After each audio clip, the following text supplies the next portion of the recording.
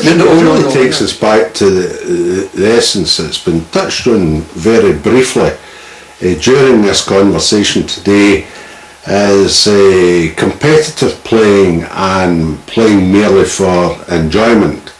And have we lost some of the music through competition, restrictions of competition, rather than merely putting the pipes on the shoulder and expressing a tune? Undoubtedly. I was in conversation. Maybe you'd like to say something about that, Norman. I'm sure that's the case. I'm sure that's the case. And yet, nowadays there's so many people playing pibroch worldwide. How many people would be playing pibroch without the stimulus of competition? I know. Aye. Very few. The competition certainly brings up the standard. And the prestige that there is of winning these major awards. Yes.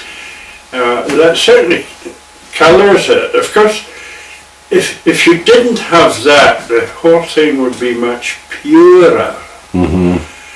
But would anybody be playing it? Well. Or how many? Aye. That's the irony. So, and what's the Pibroch Society's view?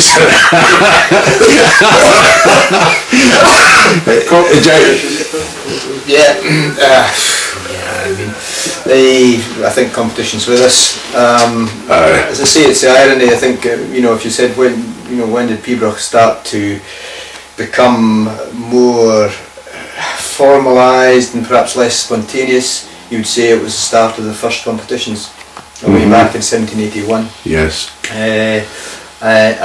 But without competition, maybe it wouldn't be played at all. Yes. So I don't know. Where does Pibroch Society come in? They came in really at a time when Pibroch again was thought to be at danger of becoming extinct. Yes. And they got together all the available manuscripts and they published a series of books. Yeah. And they have been criticised over the last 20 years quite severely for inaccuracies in transcription, for being the only thing that people will refer to, and it was really through that, that made me decide to come into the Pibroch Society, really, because there was this thought out there that everything that Pibroch Society had done was of no value, which really came from a book written by a good friend of mine, Willie Donaldson, who was also at Aberdeen University. He was pipe major ability C pipe band, and Willie wrote a book called Highland Pipe and Scottish Society, in which he really laid at the door of the Pibroch Society the degeneration of Pibroch as he had seen it. And I just said to myself, well, that maybe isn't right. I want to see if that's true or not. And so I thought, well, I'll join the Pibroch Society and just see what's happening. When I joined, it was quite remote to me. It was quite remote to many pipers, I think, at that time.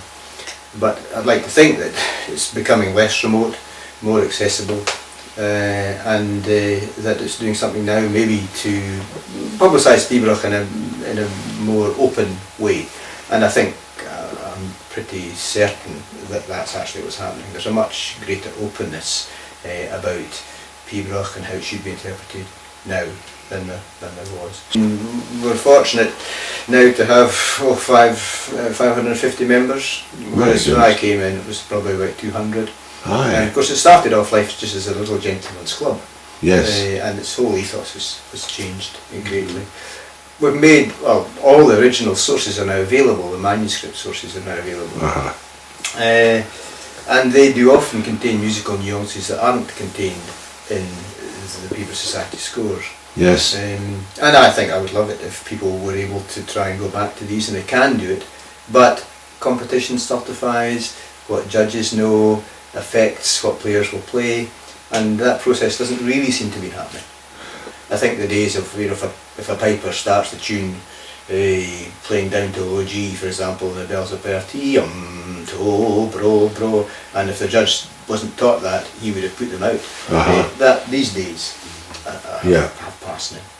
Okay. Yes, well I wanted to touch on 2 points.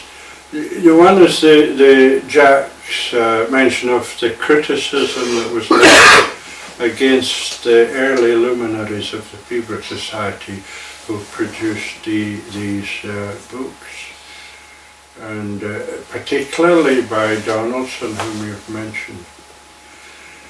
But without people like Kilberry and Sheriff Grant, you know, the enormous amount of work, and Archie Kenneth, I suppose, in transliteration from Cantor and so on, and the actual publication of the, where would it be, you know? There are not many people competent to do that. It's a very, very valuable resource. Of course it's not perfect, but I don't think it's right to criticise. There's nothing that's perfect in the world, really, is it? The other thing is rigidity. Maybe it's worth telling a story of Bob Nicol. I was judging with him at Aberdeen. I can't remember, it was sometime in the 1970s. On the competitor's first bar, he put his pencil. Nah. He said, he has not got it. You see, if it wasn't exactly as John MacDonald did, no. Now, that, I think, has disappeared. Maybe not entirely, but it must disappear. You know, it's no use. John MacDonald's musical interpretation may be very fine, but every musician's at liberty to put his own spirit into the sound. But I certainly have seen a lot of rigidity in jazz.